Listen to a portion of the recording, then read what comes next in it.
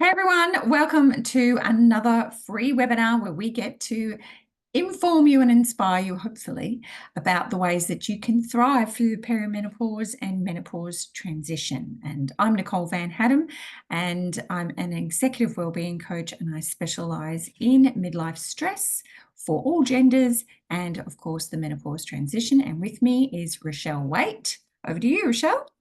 Hi, I'm a naturopath with specialist qualifications in women's health medicine, reproductive medicine, and also autoimmunity, which affects a lot of people around the perimenopausal space. So I'm kept busy, and I too am just willing and pumped to get information out there so women can really thrive in this time. Absolutely. And I think that's really important. When I was speaking to a couple of girlfriends, actually, they're like, oh, and they're a little bit younger than me. They're like, oh, there's just nothing to look forward to. It's all bad news. I just want to keep my head in the sand. And I'm like, well, my experience wasn't great, mainly because there wasn't a lot of information out there, and there certainly wasn't that community of support. There were some Facebook groups where people just seemed to be complaining about all the horrible experiences they were having. And I was looking for role models and information and inspiration to help me think there are wonderful things coming. You may have to go through a bit of a transition time, which may be uncomfortable, and learn new things, and your body's shifting and your brain's changing, and there's lots of things going on. But the more we're aware of what's happening, the more peace we can have. And Rochelle and I will share some, some things that our clients have been sharing with us, our own experiences, and I can share some of my experiences with the medical profession as well. Some good, some not, and some things that are changing around that space, which is really positive to see, especially here in Australia where we're both based, but in the UK and in the US as well, and hopefully around the world as the next few years go by and we get a lot more of this information out. So if you know someone who is 40 plus, or for whatever reason is interested in perimenopause, perhaps they're thinking their stress is more than stress, or their burnout isn't burnout, they're just curious, they're asking questions, please share this video series with them. Let's get the word out there.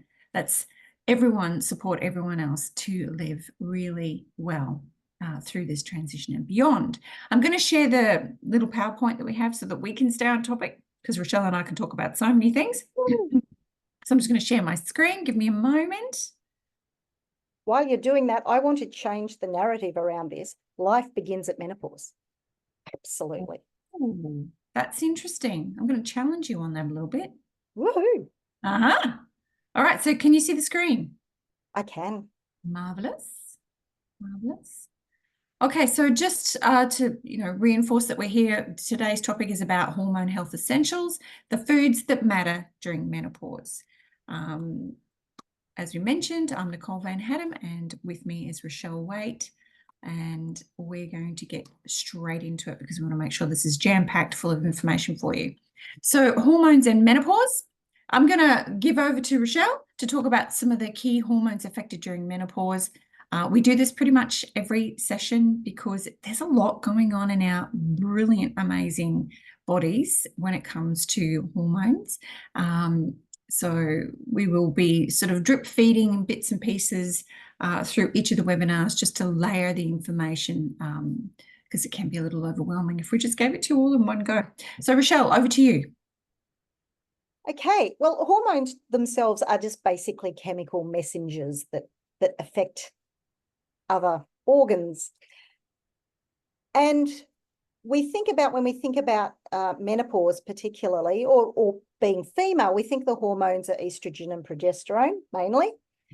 They're the hormones that are made in our ovaries. What I like people to do before we even get into any specifics is just imagine all the hormones in our body, which I'm certainly not going to go through, as like a mass transit system. So like imagine the picture of your local train network. If you have trains running late or running fast or running slow on one line, it's going to affect the whole network, transport network. What we want is, like we want even on our roads, is we want even orderly transport. Things going in the right direction and not going too fast, not going too slow, no one crashing and burning. We need to take a really balanced look at all hormones. So during menopause during perimenopause, we have this disruption really to the amounts of estrogen and progesterone, our ovarian hormones that are released. Now, in the early stages, estrogen goes mad. It goes up, it goes down, it goes everywhere. That's what gives us really the angst of a lot of the symptoms that we associate with menopause. It's actually usually a little bit earlier than that. And the reason we have some of those symptoms is estrogen is actually anti-inflammatory. So apart from the hormones going crazy and affecting other hormones, which also make things more inflammatory, we will start getting the joint aches or the lots of different things to do with inflammation, even urinary tract infections, or maybe they mightn't even be infections, but things happen like that. Progesterone, on the other hand, that decreases reasonably gradually for most people, but progesterone is our great relaxer. So that's the decrease in progesterone as we move through menopause is what's responsible for the anxiety or the insomnia and all of those sorts of things where our body just isn't relaxing as much as it should. Now, you've got cortisol mentioned here. Cortisol is our long-term stress hormone. So while we've got all this fluctuation going, clearly our body is under stress. And so that we get an increase in cortisol, which actually leads to a whole heap of other things as well. And I'll just jump in there and say midlife, so around that 40 plus, when we're starting to have all these hormone fluctuations, we're also dealing with a lot of life stuff going on. We're probably dealing with aging parents, and we may or may not be responsible to, lesser or greater degrees in terms of their care or arrangements for them. We've potentially still got teenagers or young adults in the house, especially with economic challenges. Many of them aren't leaving the home. They're having to stay in home a lot longer or to return to the home. You may also be experiencing some challenges around your primary relationships. So this is a time when marriages are under a lot of stress. And it's kind of that mid-sandwich point where you're starting to think, well, what about me? I've taken care of so many people and I'm kind of stuck in this middle part, and I've given a lot to everyone else, maybe also your career or your business. And you're starting to think, well, hang on, I'm now in my 40s. When's it time for me? So there's potentially a lot of that midlife, I won't say crisis, but it could be chaos and midlife questioning coming up where you're starting to think, well, yeah, when is it for me? And with the hormone fluctuating so strongly, it can be a time when you don't feel as if you have the resilience or the ability to make the quality decisions and juggle all the balls the way you used to.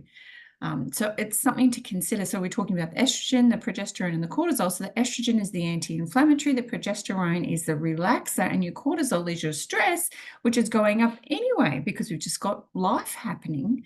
And especially women, so many people in our lives rely on us just for basic support, encouragement, having their needs met. So it's a time to really think about, might need to look around and think, do I need to set some boundaries? Do I need to say no? When is it for me? When is it time for me? And I'm going to say now. This is absolutely time. And we're going to give you all the ammunition over these webinars to say, this is why it's time for me. Sometimes they don't like, people who've relied on you don't like to be told no, and it can take a little bit of time for them to adjust. And if you've got a little bit of ammunition behind you as to why you won't take on the extra project at work, or you have to scale your business in a different way, or you have to, put aside some time for your own self-care and time alone, et cetera, et cetera, et cetera, we've got some ammunition for you. Share the video with them. Absolutely. Yeah. Okay, so let's talk about how those particular hormones give us hot flashes and night sweats. And we've just sort of alluded to mood swings. And I know many women are interested in the weight gain, what's happening there. And we do have a whole webinar on the weight gain and also energy levels. This has been a big one for me. It's not an easy question to answer. That's a lot that I can't really unpack in one sentence, really. It is the hormonal fluctuations. Now, we discussed hot flashes a couple of weeks ago with respect to caffeine. The hot flashes are generally estrogen, estrogen, estrogen. Now, obviously, as I said before, we don't think about these hormones discretely. It is the interaction of everything that's happening. But generally, hot flashing is the result of the surging in estrogen. What we can do to impact that actually has it actually has to do with blood sugar regulation.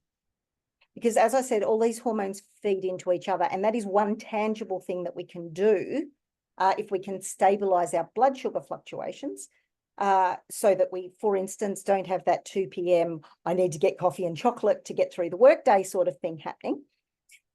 You know, craving for sugar is a big indicator of that happening. Now, for a lot of reasons, that is exacerbated during perimenopause and menopause as well. Because we also get things like insulin resistance, which is yet another hormone that we need to talk about. There are several avenues that you need to correct. Now, when I say this, it sounds very, very complicated, and physiologically and chemically it is. But management of hormonal symptoms during perimenopause and menopause actually are infinitely dealable. We can deal with this. It doesn't have to be hard, and it doesn't have to be difficult. So a lot of that we can do through our diet and through lifestyle tips, you know, so it doesn't necessarily mean that you've got to run off to a doctor or another healthcare specialist like myself. We can do a lot through diet, which we will get into later on. Same thing with mood swings. We can't necessarily, without hormone replacement, necessarily increase, for instance, the amount of progesterone we have, but we can actually influence its utilization. So instead of using lots of it,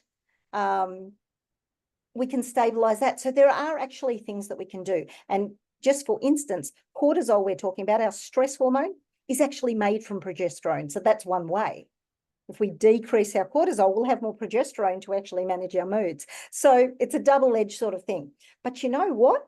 It can actually be really fun to put all these things in place and just actually see how it works.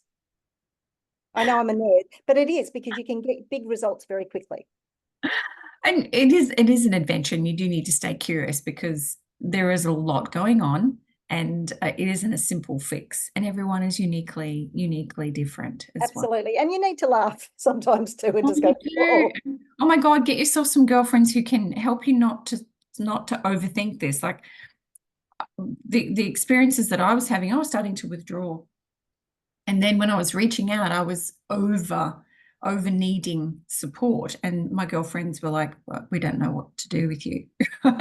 Whereas if I knew more at the time, and this is why it's so important to get some information out there, I wouldn't have suffered as much. It wouldn't have been so chaotic. And my girlfriends would have also, with the knowledge and information, know how to support me. You know, I'm not going crazy. You know, I don't need to make any dramatic differences or and changes. that's the thing too. You can actually, some of these symptoms are harsh. I'm not minimizing what they're like here. Uncontrolled, they can be really harsh, and you can actually physically think that you're going mad, especially when potentially you rock up to a healthcare professional and they dismiss you. And there is still a lot of that going on as well. But there is help out there. There is. And with more education, you're going to get support from the people that are closest to you and easily accessible, like your family, your friends, your partner, even your workplace. So you don't always have to reach out to medical professionals. And to be fair, you know, the GPs and the medical professionals aren't getting a lot of detailed education around perimenopause and menopause. And some of the experiences I had was, you know, being minimized, being gaslit by the medical profession, and chasing symptoms rather than looking at me holistically, going, well, where's your age, where's your stress, where's your lifestyle, et cetera, and putting together a whole picture. And some of my symptoms went way too long. I didn't need to suffer as much or as long as I did. Yep. And also just you start to believe there is actually something wrong with your character or your values or your self-worth, or that this is never going to end, and you start doubting and you have less confidence. This will pass. You will get through it. There's a lot of support there and more support's coming. So I want you to just hang in there. It will pass. It will pass. Okay. Power of food, essential nutrients for hormone health. Let's talk phytoestrogens. We did mention previously that food can only do so much because our body is no longer producing some of the hormones. But what do you think about things like soy and flax seeds? Well, first of all, what's a phytoestrogen? Okay, so a phytoestrogen is a plant-based source that mimics estrogen quite a bit. They're very similar in structure. And so we can, oh, it actually says that. I should read the slide. So there's a lot of research to suggest that if we can increase the phytoestrogens in our diet, that might help balance things out a bit. Now, it does it through a few different ways. A lot of the phytoestrogens that, say, you have listed there have protein as well and have other micronutrients that support.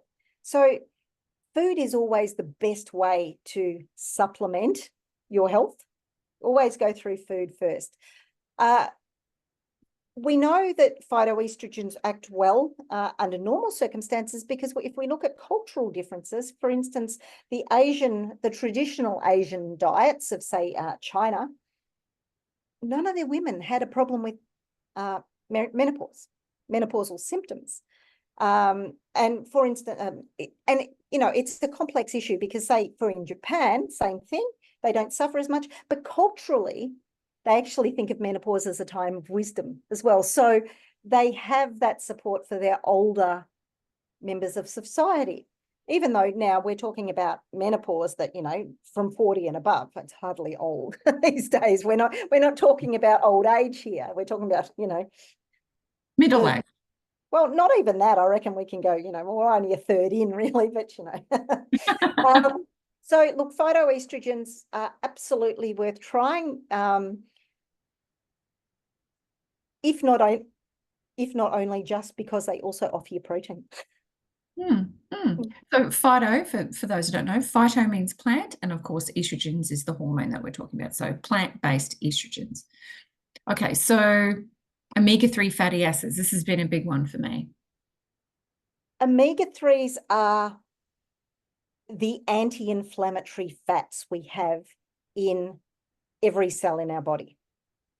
Now, I can talk on this literally for 7 or 8 hours at a time, and Nicole will attest to that. So I'll keep it short. But omega-3s put the brake on chronic inflammation. Chronic inflammation is the cause of all non-communicable disease. So all diseases that aren't from a virus or a bacteria, that we can catch from someone else. Chronic inflammation is the starting point of all of them. So if we can put a brake on that, we can really reverse some things. Our cellular communication, the way our body responds to things, is a direct consequence of omega-3s. But it's not as simple as that. You can't just go out and get a fish oil capsule and expect it to work. There's a lot of research around that. And of course, I won't go in that. And I notice Nicole kind of laughs at that because she knows where I'm going, but I'm not going to go there. Omega-3s, to get to where they need to be, need other things as well. I'll leave that there. But if you're interested in putting a brake on inflammation, woohoo, you know who to call. Yes, and I highly recommend. I mean, Rochelle's got some great tools and supplements and tests that you can do to find out your omega-3, 6, and 9 balance and how that might be showing up in your body. And it's made a big difference for me in the inflammation that I had in my body as well. Okay, magnesium and B vitamins. Okay, so B group vitamins, you probably think of them as in terms of energy production, because a lot of B group vitamins do that sort of thing. B vitamins have a lot of different roles. So as far as getting everything to function optimally, we need B group vitamins. It's good. It's great. You can actually get a lot of your B group vitamins from just eating a lot of greens, basically. But any good real vegetable matter is fabulous for B group vitamins. So leafy greens, I love. I'm a bit of a cow. I could eat leafy greens all day. Nuts are great too. Whole grains too. You can actually get them of a lot of, you can get a lot of everything from eggs too. So B group vitamins, absolutely vital. Try and get it through your food though, rather than popping a pill. Magnesium is the chemical equivalent to the great relaxer. That's what magnesium does. It relaxes. So because we have highest cortisol levels, highest stress levels, because literally our body is going through a change and the body has to adapt. So it is actually the hormonal change that is the stress. It may well be idiot bosses and thoughtless husbands and kids that won't bring up the bins as well. Magnesium is what we can use to calm the farm. Now, our requirements during perimenopause and menopause are quite high for magnesium. So actually magnesium supplementation can work well. But once again, it's not something that you really should just Google. It's not as simple as let's just take magnesium. Magnesium and calcium work together. So if you have too much magnesium, you're going to lower your calcium reserves and things. And because calcium is very important for bone health and everything, which is a whole other thing to get into, we just need to make sure that you're well balanced.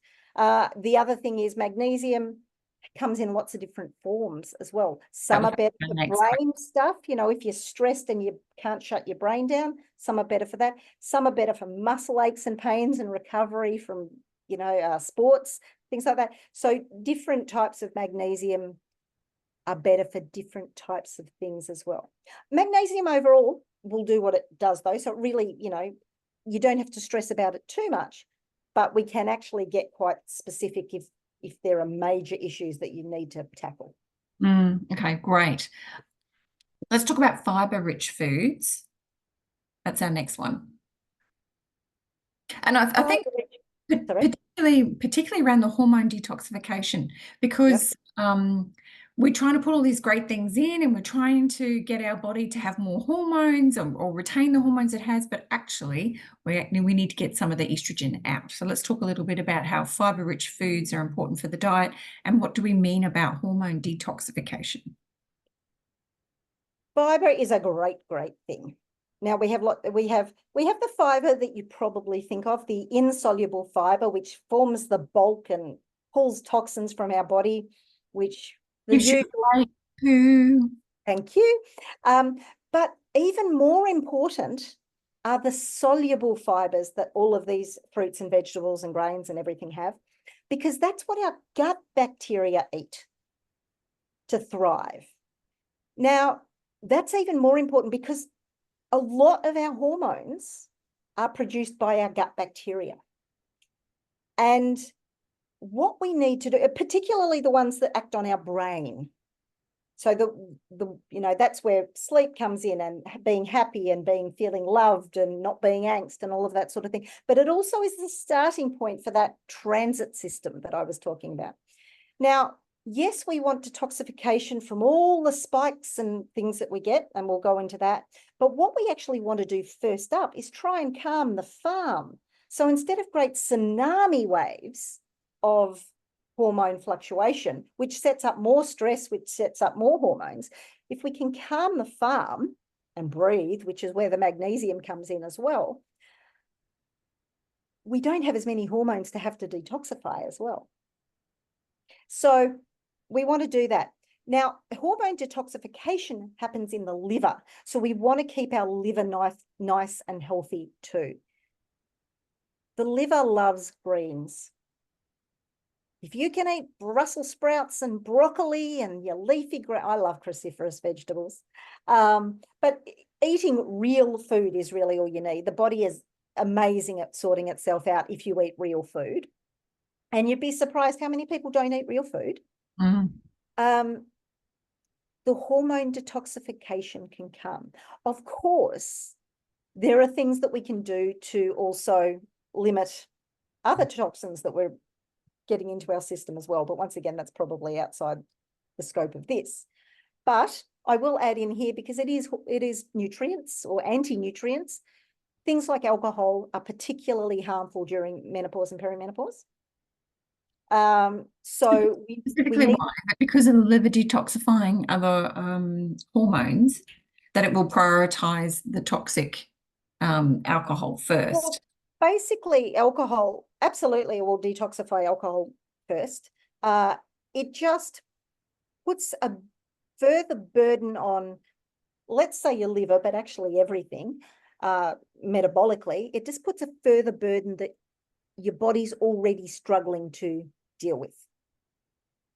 So, that's not to say that you can't go out and have a drink with friends, but you've also got to get to the point and realize that now's not the time to pretend you're in your 20s and going out drinking every night. Yeah, and we at this time in our lives, we need to be hydrating as much as we can. And With water. water. or water-rich foods rather than, well, Yeah, yeah, rather have some water in it. it does, but it has the opposite effect in the body. Yeah. So, okay, good. So we've talked a little bit about that.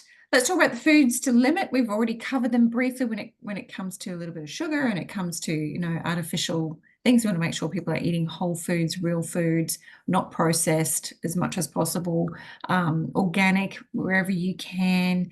But let's go into it a little bit more detail. Why are refined sugars so bad during this time, or to really be avoided? Refined sugars they put a burden on the pancreas. So they make you spurt out a lot of insulin, which the role of insulin in that sense is to get energy into the cells. It takes the sugar from your blood so that sugar can change the acidity of your blood. So we need to actually, stay within a certain range so that you don't go into a coma. So insulin does that, and it gets the energy into the cells. And which is why, when you have those energy dips at 3 o'clock in the afternoon, you grab your chocolate, you feel instantly well. It's actually a quick response. But the thing is, as we go through perimenopause and menopause, because of all the other things happening and the high cortisol and the fact that we've probably had 30 or 40 years of not eating particularly well, maybe, or over drinking or overindulging, our cells don't respond to it as well as they should, which means it pumps more out, which sets up this whole inflammatory thing again. Sugar is very inflammatory. It is this process that leads to the weight gain around the middle. Okay. Which could actually be a whole topic of itself, because that's the fat actually goes around and covers your organs. So it's not like fat on your bum. It's covering your organs, and it affects the way they function as well. So we want to avoid sugars, and we also, once again, we don't want these tsunami-sized waves of insulin because you've eaten too much sugar. We want to calm the farm and keep everything, the transit system has to run smoothly. So refined sugars, cutting out crap, let's call it what it is the single best thing that you can probably do to start right now. That and have a glass of water. In fact, excuse me. Yeah, right. Got mine here too. Okay, so, well, we'll get into specific meals shortly. Yep. And we'll go a little bit more. So processed foods as well. So processed foods, really, if you're eating foods that have more than five ingredients or more, you really need to start reconsidering whether that is good for you. The other thing is, there's a lot of chemicals, there's pesticides, herbicides, fungicides, all sorts of things on food that isn't organic, and that your body has to process that, your liver has to process that. We want to give the liver the job of dealing with the hormones and other toxins that we can't control, to eliminate them out of the system, rather than it trying to deal with the herbicides, fungicides, pesticides, etc. So if you want to do a quick, maybe not fix, but just to have a really good look at where are the sugars in my foods. So reading labels and getting smart on that. And am I eating anything that has 5 ingredients or more in a package?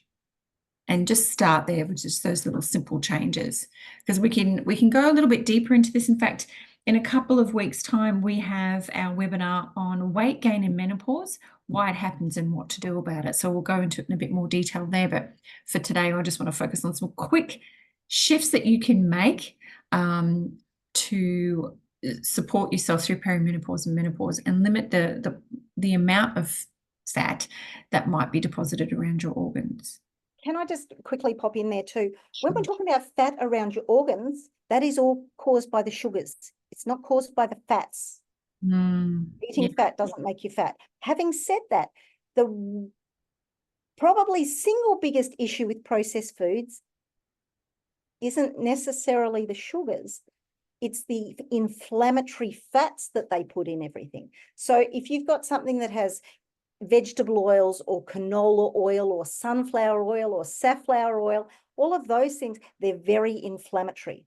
And if any food that you eat that's not fresh fruit, vegetable, unless it specifically says it doesn't have it, it's going to have these inflammatory fats in it. It is in every packaged, tinned, bottled, jarred, frozen thing that we eat, unless it specifically says it doesn't. Right. Okay. So even if you're okay, here's one for you. Well, not everything. If you No, have right. I was going tinned borlotti beans, you might get away with it. You know, to. Then you want to go for a BPA-free blind you can. do. You do. Um, okay, great. So if we move on to what would you consider as excess caffeine and alcohol? I'm probably hashtag best naturopath ever, not the person to ask about excess caffeine. I do love coffee, but I do like hydrating myself. Look, caffeine is one of those things that is very individualistic. It actually has a lot to do with your genetics as well. Some people metabolize caffeine very quickly, some don't. A bit like alcohol, but alcohol is a lot more destructive, which we can get to. One of the main problems with caffeine is the fact that it can be dehydrating. There's a big difference between having a triple shot espresso than having 3 single shot long blacks, for instance, because you get a lot more, I mean, not all the time, maybe, but you get a lot more fluid coming behind it as well. So if you're the sort of person that gets jittery from caffeine, if caffeine causes you to stay awake at night, then you need to limit it. If you can drink 3 cups of coffee, it's going to say 30, but if you can drink 3 cups of coffee and actually feel okay, maybe it's not so much of a problem. So it's really, really dependent. Having said that, it's probably better to limit rather than not limit. You can do an easy swap there. Just switch to the decaf, and then where you can go for the water filtered decaf, and preferably organic where you can. And it's also our caffeine, also, well, our coffee caffeine comes with a lot of other things. We often put a lot of sugar in, we put lots of milk in. That's true. There are other things to consider that, that we're ushering into our body with that caffeine. We do need to think about that. Having been I am a long-serving long blacker, I often forget about that. So thank you for reminding everyone of that. Alcohol on the other hand is more predictable in what it does. It is bathing your liver in a chemical that it doesn't need. It literally, the alcohol goes basically unchanged and bathes your liver cells in alcohol until it breaks down. It's not something that we want to do. No, Really. and alcohol's a poison. It does no good for our bodies whatsoever. It does not add. The feeling of us getting drunk and losing control is actually our brain not working properly. There's nothing magical about it. You're actually putting too much stress apart from anything else. Your cortisol is going to go up, absolutely. Now, if people are out there, and I know there's a big belief that alcohol makes me sleep, it really disrupts the quality of your sleep, disrupts all the housekeeping that goes on to keep you healthy, which happens while you sleep. And once again, I have the slide in front of me and it says disrupt sleep and I didn't see it. It really is something that you want to avoid where possible. Yeah, The absolutely. better that you get your liver health, the better that you get your health, you get your inflammation down, you get all the things that flowing, and it can happen. It really can happen quite quickly too, if you're considered. Then you can tolerate a little bit of alcohol. But it's interesting. It's funny. I was talking to a client today who's spent maybe a year and a half on a journey around this time point with me. And she's doing fabulously, but she is literally a one pot screamer now. Like you don't need as much alcohol to notice that you're having alcohol. So So have less, better quality. absolutely. And Yep. go organic. There's beautiful organic wines out there. Is there any benefit whatsoever to the perimenopausal, menopausal woman of drinking alcohol? Of drinking alcohol, I'm going to say no. Of drinking with friends and being social, yes, but you actually don't have to do that with alcohol. You could do that with a non-alcoholic wine, or I mean, there are non-alcoholic spirits. It's not the alcohol that makes the positive experience. It's actually the company, the act of drinking. Now, I think we've got ourselves into a habit of thinking that it needs to be alcoholic, but it actually really doesn't when you think about it. Right, great. And the other impact of alcohol is on the gut, Oh, yes. which is recognized during this transition time as well. Absolutely. I mean, anything that we can do to decrease stress on anything, um, we should be doing. And yes, hangovers during perimenopause are going to be worse than what they are when you were in your 20s. Just don't go there. Don't go there. It's definitely something I've struggled with, and so many times I've gone to give it up, but there's that old belief connection in my head that, oh, just a couple of wines and I'll slow down the day and ease into sleep. Doesn't work. The other belief I have is that um, I feel a little bit rebellious. I can drink whenever I want to, and I can drink by myself, and no one can tell, all that sort of That stuff. is you trying to be your 20-year-old self, though, isn't it? It is. Yep. That's I absolutely I'm a beer drinker. I love beer.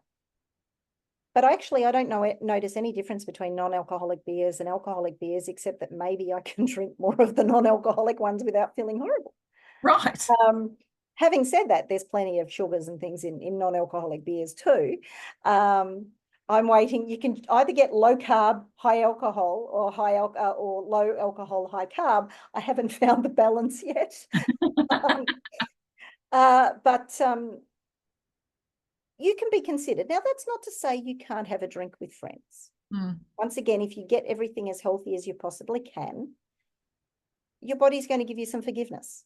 Yeah, and it might be just that, just for a little while, take it out while you're rebuilding your gut health and giving your liver a break and allowing the body to deal with this transition. And it doesn't mean we're not talking years, it might just be months. And if you're working with someone who, for example, a naturopath like Rochelle, you can get that sorted out much quicker. The other thing it doesn't, all the things that I do with people are very little steps so that we can implement things and it doesn't have to be traumatic. And in fact, you don't even really notice that you're doing them, but you suddenly kind of find yourself in a much better place at the end because small changes snowball very quickly.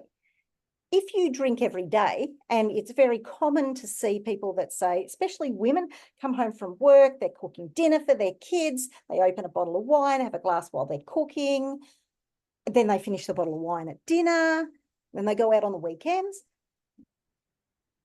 Just maybe think about, okay, I'm going to let myself drink on the weekends when I'm with friends and I'm social, but maybe I don't need to drink alone. If I need to have wine to relax myself so that I can cook dinner, maybe I need to either think of other ways that I can deal with that stress or actually address some of the things that are going on as well. Absolutely. Absolutely. Let's talk about high sodium. So sodium means salt or not necessarily? Uh, Sodium means salt generally for the general population. High sodium foods are generally the processed foods. Once again, I mean, salt comes in lots of different forms. It doesn't have to be sodium, but the very processed foods, it is sodium because sodium's the cheapest. Nature doesn't provide generally high sodium foods. That's not a natural state. I mean, we do have some foods that are high in salts. Like there is some seafood that have a lot of things going on, or, like even seaweed and that sort of thing. It's generally not sodium though. Sodium will cause bloating, and it will cause you to retain, get swollen ankles and feet, particularly in perimenopause. And there's a very good hormonal reason for that. And look, I'll tell you what it is. We've got progesterone, we've got cortisol. I told you progesterone makes cortisol. Well, progesterone also makes another hormone that your kidney uses, aldosterone, that causes your feet to swell. Now, if we think about evolutionary and stress, our stress response and our desire to survive, what's going to be more important to our body? That our ankles are swollen, or that we have the stress hormone we need so our muscles get energy so we can run away from that saber-toothed tiger? Yeah. Our body will preferentially make stress hormone and not make our fluid regulating hormone. And that's why when we have high stress levels and high cortisol during perimenopause, that's why we're more likely to bloat. Now, sodium itself causes things to be very salty. And just like if you have a lot of potato chips, you're going to need to have a drink. Our body needs to bring down that salt level in our cells. So that's why the fluid happens. That's why we get the fluid retention. So if you do have a problem with swollen limbs or bloating, reducing your processed foods is the first thing, but then just having a look, do you crave salt? Do you really like salty things? Now, one thing I'd like to add here is something that people don't think about. There's a really good party trick that us naturopaths do, and it involves a herb that you can swish around your mouth. And what it does, it actually anesthetizes your sweet taste buds. And I can do this with you, Nicole. It's fabulous. Okay. This experiment wrecked Cadbury Dairy Milk chocolate for me for about 6 hours. However, if you do that and then have milk chocolate, it is the saltiest tasting lard you've ever tasted in your life. It is revolting because you don't taste the sugar. There is so much salt in chocolate, you would be so surprised. No. So don't just think potato chips. Feta is another one that's got quite a lot of sodium in it. So it's not all processed foods, I guess. But chocolate, all processed foods have so much salt in them. I'm not doing that trick with you because I do like my chocolate occasionally. It wears off just like anything. You forget that chocolate's good, Chocolate's good. You're right. Okay, cool. So let's move on. Let's talk about some meal planning for hormone balance. What's a great breakfast, lunch, dinner, and snacks? Because we've talked about what we need to move away from. What are we moving towards? If I can be a little bit more general, just briefly, particularly with increased weight gain around the middle and just how we've been brought up as females, actually, the majority of women that I see, particularly ones that want to lose weight, but actually almost any female I see, actually isn't eating enough food. That's number one. They're certainly not eating enough protein. Now, it is absolutely possible to over-supplement protein if you're doing protein shakes and protein bars. But if you're eating real food, your body won't let you eat too much protein. Oh, good. Protein is what our body uses to actually make the energy to run our body. We need more during perimenopause and menopause. But it also stops those blood sugar fluctuations because it burns a lot slower than the quick fixes that we get. If you get up in the morning and you have toast and jam, that is nothing but sugar. I'm telling you, there is nothing in that but sugar. Eggs, for instance, are a perfect package of nutrients. They're totally balanced. Protein's balanced with fats, which is balanced with magnesium and selenium and omega-3s. Everything's balanced beautifully. Eggs are a great option if you like eggs. The general requirement, the general thing that I suggest to people is don't overcomplicate things. What you want to do is every time you eat or snack, have some sort of protein. You pick a protein, you think, what can I have with it? Throw some veggies with it, throw some fruits with it, whatever. Now, I don't suggest you juice your fruits, but that's another reason. But sufficient amount to make you feel full when you're eating. Also have some beautiful fats with things, because fats, once again, fats are what make us satisfied in our food, which is why you can go on a diet and restrict the low fat thing. Don't even get me started, but you're never going to feel full and you're never going to feel happy. Yeah, be happy. Yeah. So look, breakfast. I like eggs personally. I see you have some nice nutty, seedy granola with some fruits and some Greek yogurt. I'm thinking I saw on Instagram or something this week.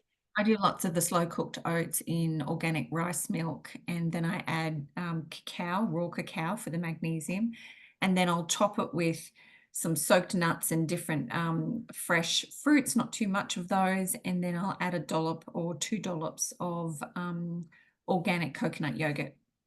Okay. Yeah. The other thing I'd like to challenge you in, and you were maybe better at it when you were in your 20s, leftovers the night before always taste better the next morning. They But really. I have been known to get up, because it's Queensland summer, 3:30 in the morning, because that's when the daylight happens, and actually turn on the barbecue, because who wants to heat up the kitchen, and grill myself a piece of salmon with some asparagus for breakfast. Wow. You don't have to have cereal and toast and jam or croissants or even, bacon and eggs. And bacon and eggs actually isn't that bad compared to some of the stuff that's out there.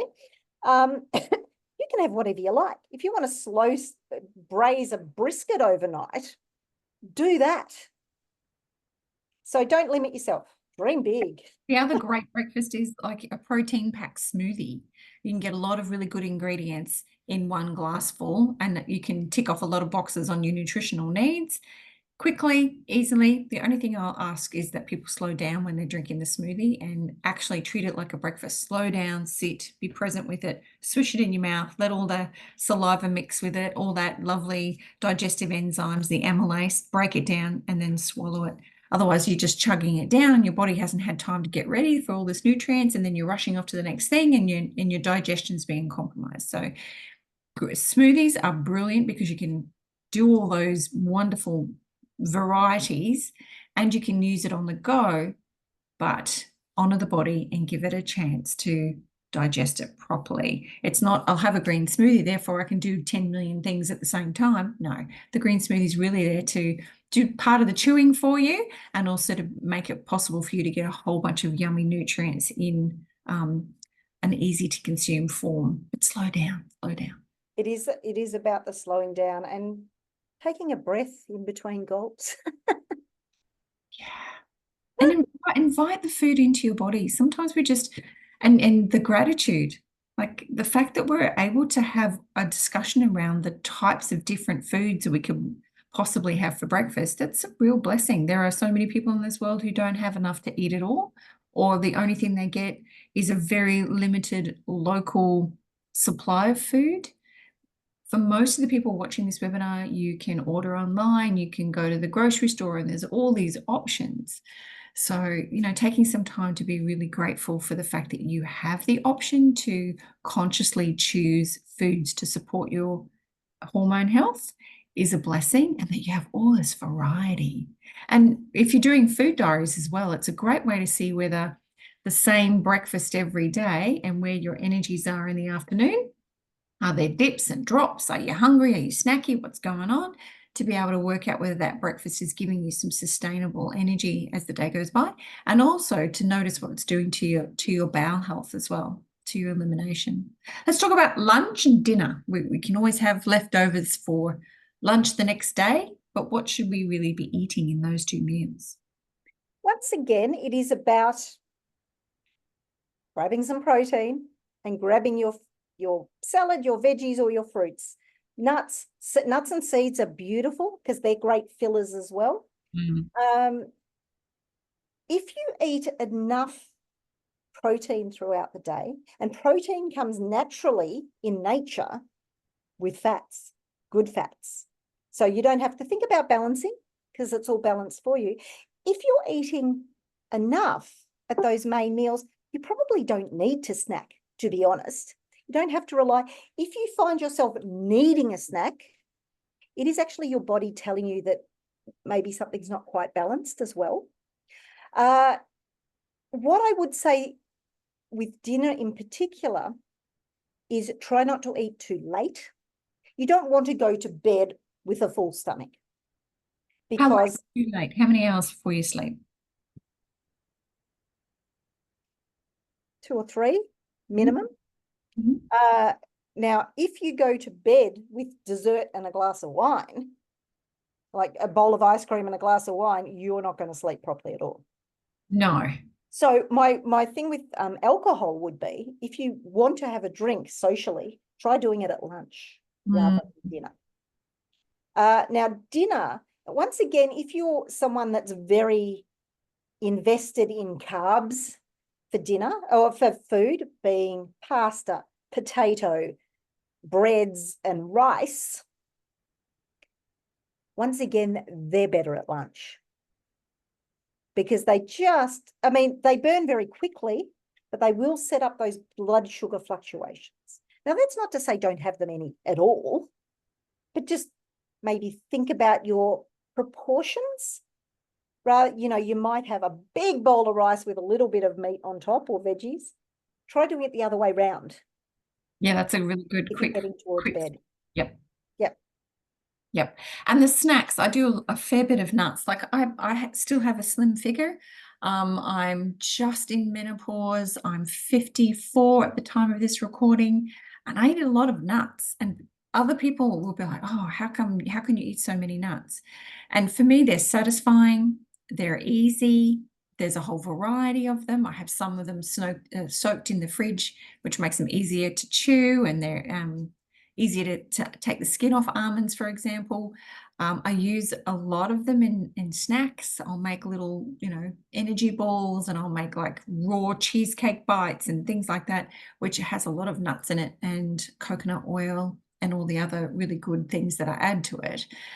So that's a really good tip. So you can have the nuts by themselves, or you can make them into little desserts and snack balls. But what would you say to people who are concerned about putting on weight and that nuts might contribute to that? Well, nuts, I guess, nuts are beautiful because they do fall, I mean, they're pretty well balanced with respect to their nutrients as well. They are high caloric. So if we're talking in terms of calories in, calories out, absolutely, if you have too many nuts, but that's not how weight loss and weight gain goes, really. That's a bit of an outdated modality. Yes, if you are actually actively trying to lose lots of weight, you don't want to be eating kilograms of nuts, but they're not poisonous. There are a lot of things that you need to address before you address nuts. What I like about what you said about making, your cheesecake balls and things like that, you've got beautiful, healthy, real food ingredients. It's really nice to get to a place, and it's hard because there's a lot of overwhelm and everyone's busy, get to a place where you can actually enjoy making them as well as then enjoying eating them.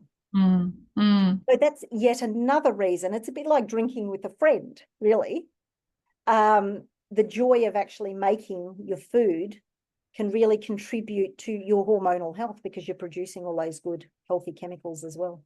As long as you're not drinking a glass of wine while you're making your cheese balls. Well, there's that too. And I do have a lot of recipes available in my 12-week midlife mastery program. So, and there are so many recipes available on the internet as well. If you just type in, protein balls, for example, you'll get tons of options in there to support you on making these changes. What do you say about meat? And we're talking lamb, beef, chicken, fish. So the animal foods. Okay. As far as meat goes, in general, meat is good. Once again, nature provides what you need. So I wouldn't be the type of person who would trim fat necessarily off a piece of steak, because I have never met anyone that has high saturated fat contents in their blood. Can I tell you that? A lot of people come to me saying, my doctor says my cholesterol's too high, blah, blah, blah, blah, blah. And I can show them the blood test that says your saturated fat levels in your blood are normal. Fat doesn't contribute to cholesterol levels, dietary fat. It's dietary carbohydrates that do that, sugars. The whole other thing. Where we need to look at our meats and our fish is how they're farmed. Yeah. That is going to be the biggest indicator of health. If you can get grass raised, grass fed, grass finished, usually organic meats, they're going to be absolutely wonderful. And I think that's really important what you said there, grass fed or grass raised, grass fed, grass finished. Talk a little bit about that. Not my area of expertise necessarily, but a lot of farming at some point in that life journey, they will be fed soy or corn or whatever to fatten them up. Now, legally, I think from a labeling standpoint, I can't even speak. From a legal perspective and labeling laws go, you can get away, I think, with certain pockets of, that can be raised on grain, but then fed for the last 3 months of their life on grass or whatever, and call it grass fed, for instance. If you have that designation raised, fed, and finished, that means, when they're killed, you've got all bases covered. Now, the reality for most people is that they can't afford grass-fed meats, forget whether they're raised, fed, and finished, because that, if you go to your local supermarket, it's generally just grass-fed. Then you worry about, is the grass organic? So then we've got the whole organic matter. It gets very complicated. I would still say for the majority of people, eating meat is more beneficial than eating processed foods. Now, that's not to say my vegetarian and vegan friends have got it all wrong, because that's a whole different conversation. But meats are generally, we do have a problem with our farmed fish, absolutely, which is my problem because I actually don't eat meat. I'm pescatarian. I only eat fish. There are lots of problems around that, and because the fish are being fed soy and corn as well, so they're not getting their own nutrients. But once again, we've got to look at not sweating the small stuff sometimes. Not that it's small stuff. It's still better than going out and having processed foods. Absolutely. And if that's your starting base, you're moving away from the pre-packaged, packaged, factory-made foods, and you're moving into making it more at home or buying things with much fewer ingredients, then that's a really good step. I'm now at that stage where I'm really looking at the best quality meats that I can get my hands on and having less, because that's another challenge is, with the shift in hormones, my gums are a little less juicy than they used to be. So my teeth, there's some sensitivities, and then the digestive strength as well. So I don't like to chew as much when it comes to sort of tough meats, for example. And then there's the ability for my body my gut to be strong enough to digest that. And these are things I'm working on with my naturopath. It's interesting because our ability to digest meats in particular is burdened over that perimenopausal space as well. If you can manage, however, to decrease the inflammation in your body so that your cells can respond effectively, you generally increase your ability to produce those digestive hormones so that you can digest things better. So rather than saying, and this isn't what you were just saying, but it's an extension of what people could say, I can't digest foods properly anymore, so I'm not going to eat meat. It's better to think, why aren't I digesting foods properly? And let's address that rather than not eating the meat, for instance. Yep.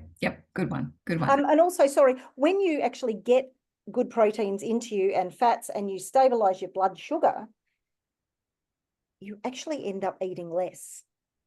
So you can afford the good quality stuff. Yeah, that's true. That's true. Because your body takes more nutrients out of it when you're healthier. Yep. I like that. So yeah, there are different stages, and you have to consider your budget. You also have to consider that, you're not the only person in the house.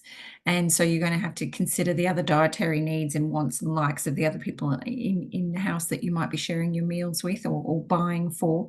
So it's not a one size fits all. And we're not trying to say that if you are relying on packaged processed foods and that's all you can do at the moment, this whole series is about raising awareness and helping you to make choices that are a step in the right direction for you, whatever you can do and whatever you can afford during during this transition. Because the other thing is that, the menopause transition is not an overnight thing. It isn't the day that your period stops. It can be 7 to 10 years before your period stops that you're starting to have these hormonal fluctuations leading through to the beginning of menopause, the middle, the end of menopause, perimenopause, and then menopause, and then there's postmenopause, because menopause itself is it's indicated One by day. 12, it's one day, that one day when you've hit the 12 months of no menstrual cycle, no bleed. So up until then, you're in perimenopause, then you're that one day in menopause, and then you're postmenopausal. So it can go for 10 years. And so we're not suggesting that overnight you go from where you are to as clean and high quality and complete shift. Transition. Do the best you can. And that's why there are people like Rochelle and I that can help you to make those changes that are relevant to you and your stage. Can I play devil's advocate here just for a little bit, though? And I totally agree with everything you're saying. A dozen eggs, $6, maybe, free range, you can even get free range. There's a lot of meals in 12 eggs.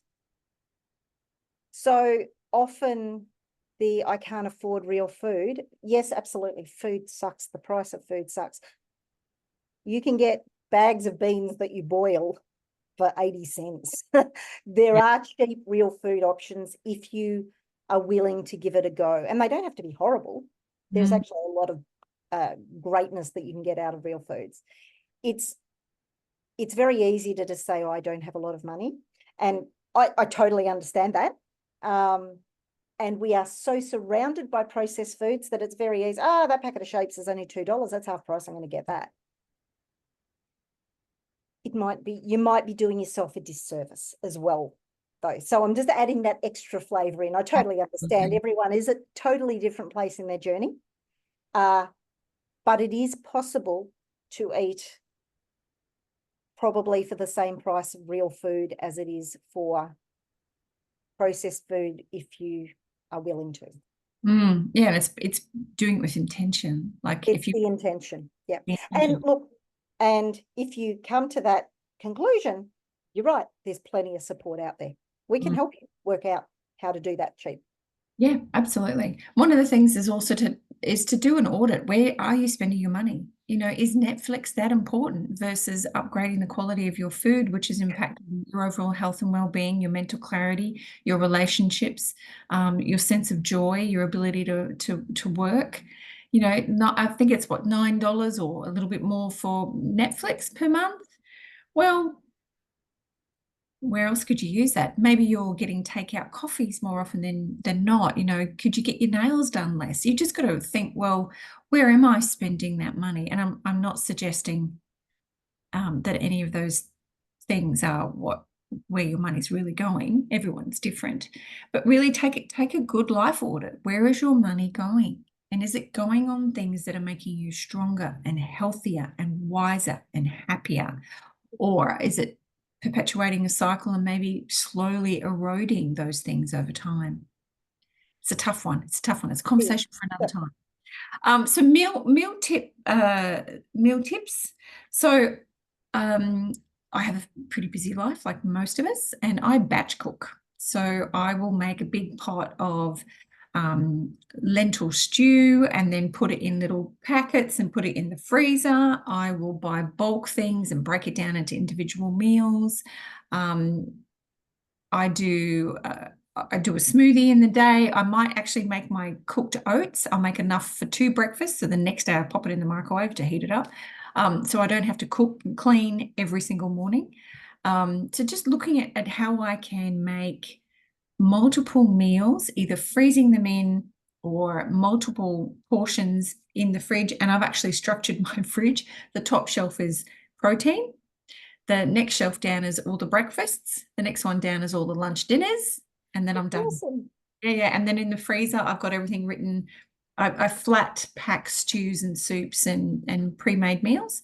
So I squash them down. They're easier to fit in the freezer. And then I write on them what they are and when I put them in the freezer. And then I make sure that every Sunday is just before the end of the day on Sunday, I go through and I work out what meals I'm going to have for the week, and also if anything that needs to be turned over. So there's always fresh and it's right in front of me when I open the fridge because I'm snacking all the time. I love snacking. So that's one thing I do. And the other thing I do is I have all these jars of nuts. I have some soaking in the fridge in jars, and I have them at the front of the shelf in the most prominent place in my pantry. So every time I go into my pantry, the first thing I see is nuts. And often it's just like, I'm just feeling a bit snacky. And I'll grab a jar and I'll open it, have a couple of nuts, put it back on the shelf, and that's good enough for me. So it's about, for me, bulk cooking. So the batch cooking, portioning them out, planning in advance, and positioning the healthy foods right at the front. I do have a couple of naughty processed crap, but it's at the back, and I make a bit of a deal of it when I do get it. I put it at the back, and I'm like, yeah, you know, I have another thing that I bought, and then I'll sit and I'll be with the junk, whatever it might be, and really appreciate it. So that's really important, getting those beautiful, colorful, nutritious foods right at the front of the fridge or the freezer and in the pantry. So that's the first thing you see when you get snacky, because let's face it, you're going to get snacky. Now, once again, also, I love that. I think that's beautiful. That would never happen in my house. You've got how many kids there? I've only got 3 left here now, so it's not so bad. But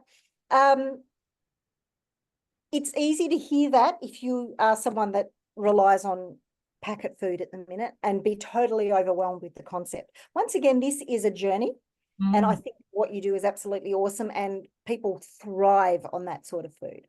I, on the other hand, am the master of 5-minute meals. Wow.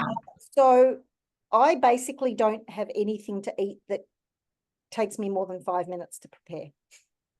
Okay. Now, I can cheat a little bit. For instance, I said I'm pescatarian, so I can have salmon that I bung in the air fryer and turn it on for 15 minutes and walk away and do something else and come back. So, there's a few cheats, but there's a lot of things, particularly in summer, that are, cooler foods that you can actually make very, very quickly as well. The big strategy for anything, whether it's the way I eat or whether it's the way Nicole eats, is if you don't buy crap, you won't have it to eat when you're ravenous or when you're snacky.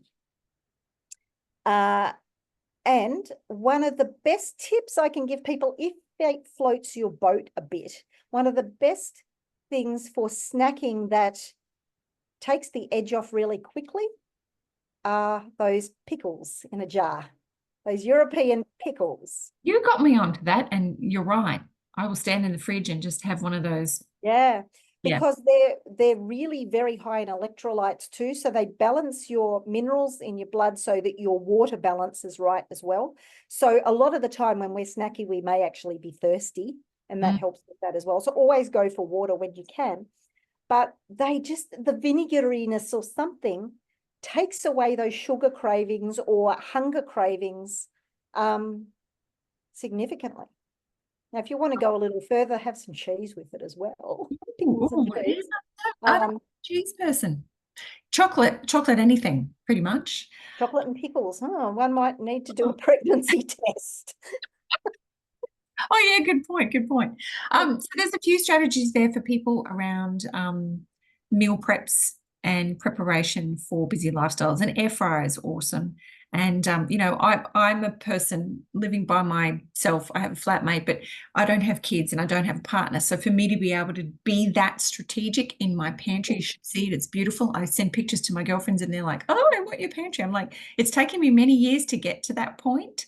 And I did when I was a kid, I dreamed of having a walk-in pantry lined with food, but I did want cakes, like lined with cakes, because there was this kids book that I was reading. But now my dream, and it's now been realized, is to walk into my pantry and just see all the shelves with the beautifully lined out. And even in my pantry, I've got, your carbohydrates all in one section, and the tins of this and Beautiful.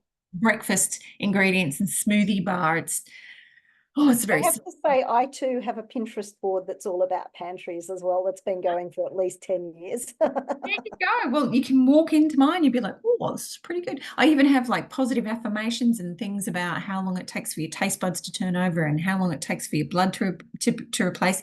Because sometimes we forget that food, we're actually made of food. And so if I keep eating this thing, I'm actually helping to create better blood, You better are what you skin. eat. Yeah, better skin, better hair. So I have those little reminders stuck up in my pantry as well.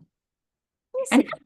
have fun. You can even, get some girlfriends together once a month and do batch cooking, That's share great. recipes, Yeah. make it social. Maybe, cook for a neighbor. Who knows?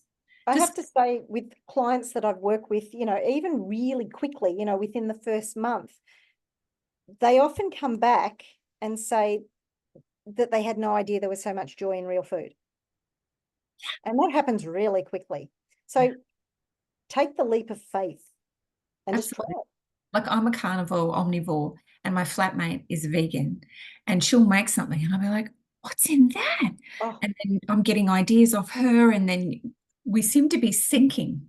yep. I'm So, going on a bit of a plant-based kick at the minute too. I've got to say, there's some mm, beautiful, and I've got it, social media is full of really beautiful plant-based foods. there you go. And even that's a great way just to improve the quality of the foods that you're eating is just go for some plant-based recipes already. If you're having to make it from scratch and it's plants and it's the rainbow of colors, you're already straight away increasing your phytonutrients and having a bit of fun, being a little creative. You don't have to make it so beautiful that it's an Instagram worthy picture, but really think about the choices that you're making on your plate is making you. It's making hormones, it's making hair, it's impacting your brain and your gut and your strength and your muscles and all those beautiful things. You are co-creating yourself physically with every meal.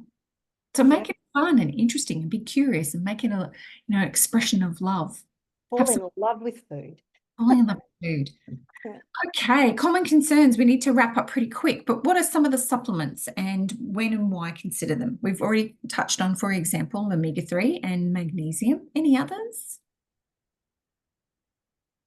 There are so many supplements out there, specifically marketed towards perimenopausal and menopausal symptoms. A lot of them are very overpriced and maybe have limited effectiveness, is what I'm hearing. If you're new to this journey and you haven't yet considered what you're eating, start there.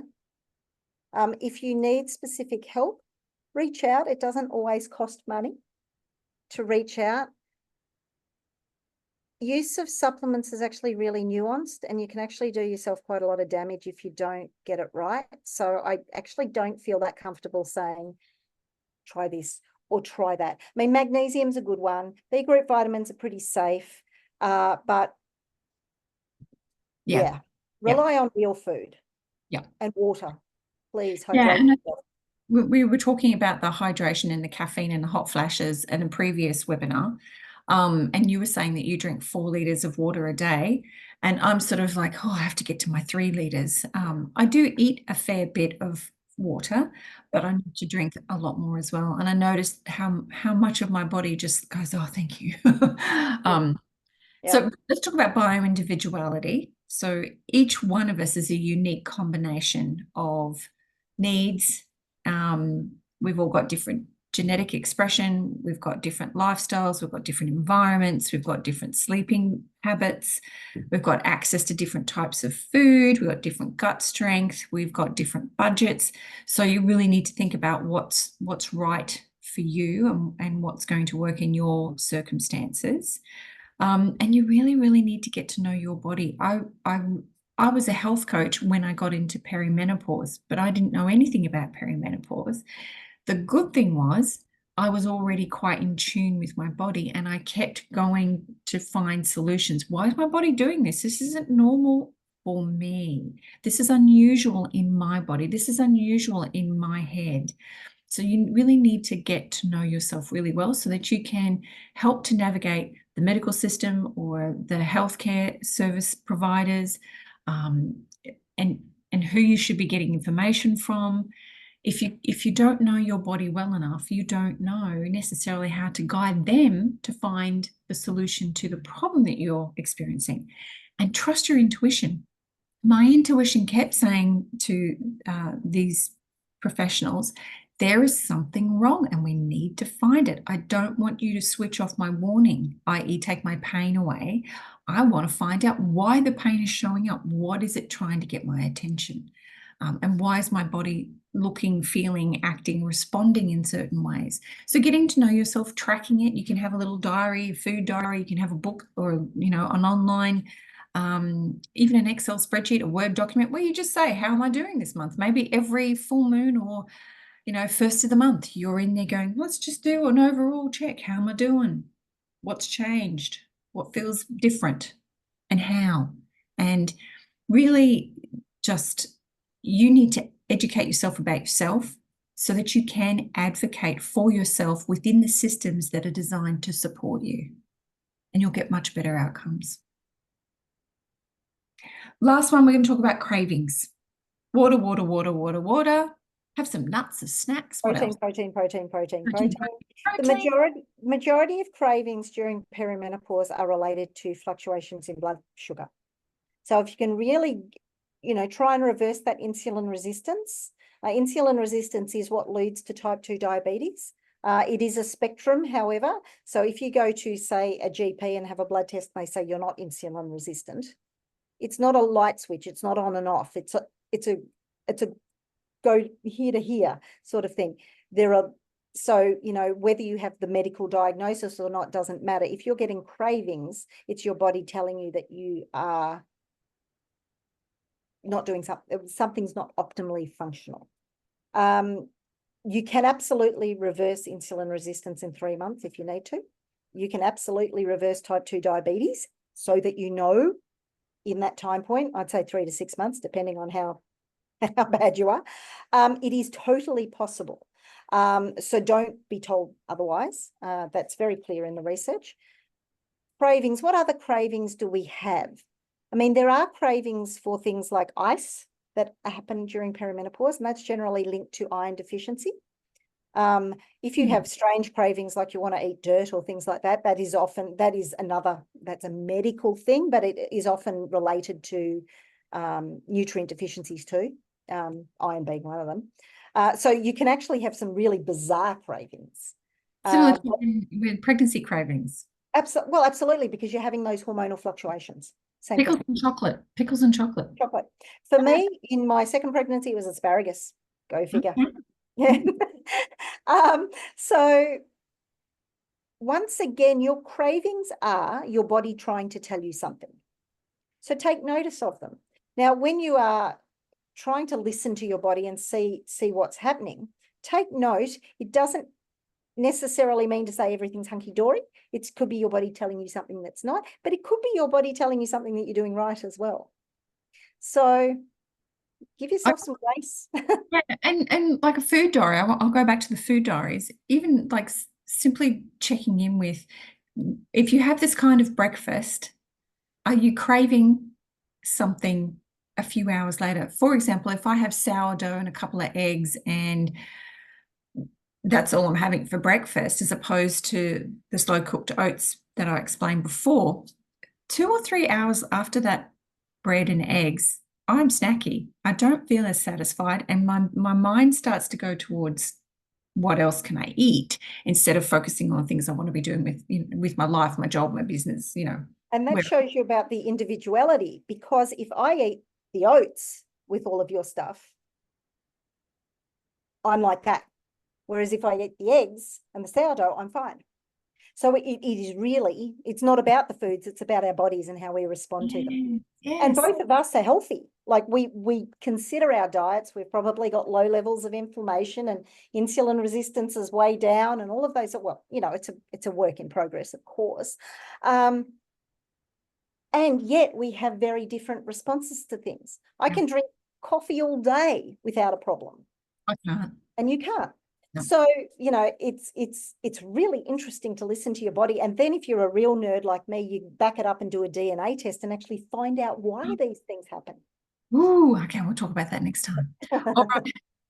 So I just want to remind everybody that you can reach out to us on both of our websites. You've got NicoleVanHaddam.com and RochelleWaiteNaturopath.com.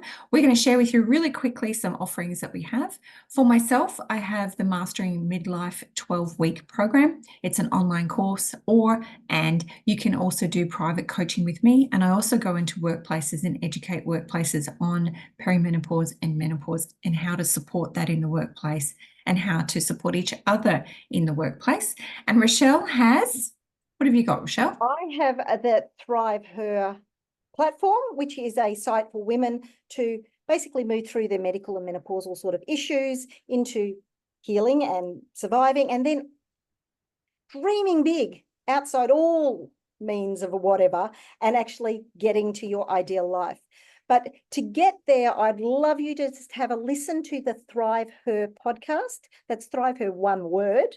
If you say Thrive Her and No Nonsense Naturopath, you'll get me. There are a few Thrive Her podcasts, so some of them aren't about health. So, yeah, I would love you to have a listen because there's lots of interesting ramblings of myself about all different ways that we can get to this thriving life very simply.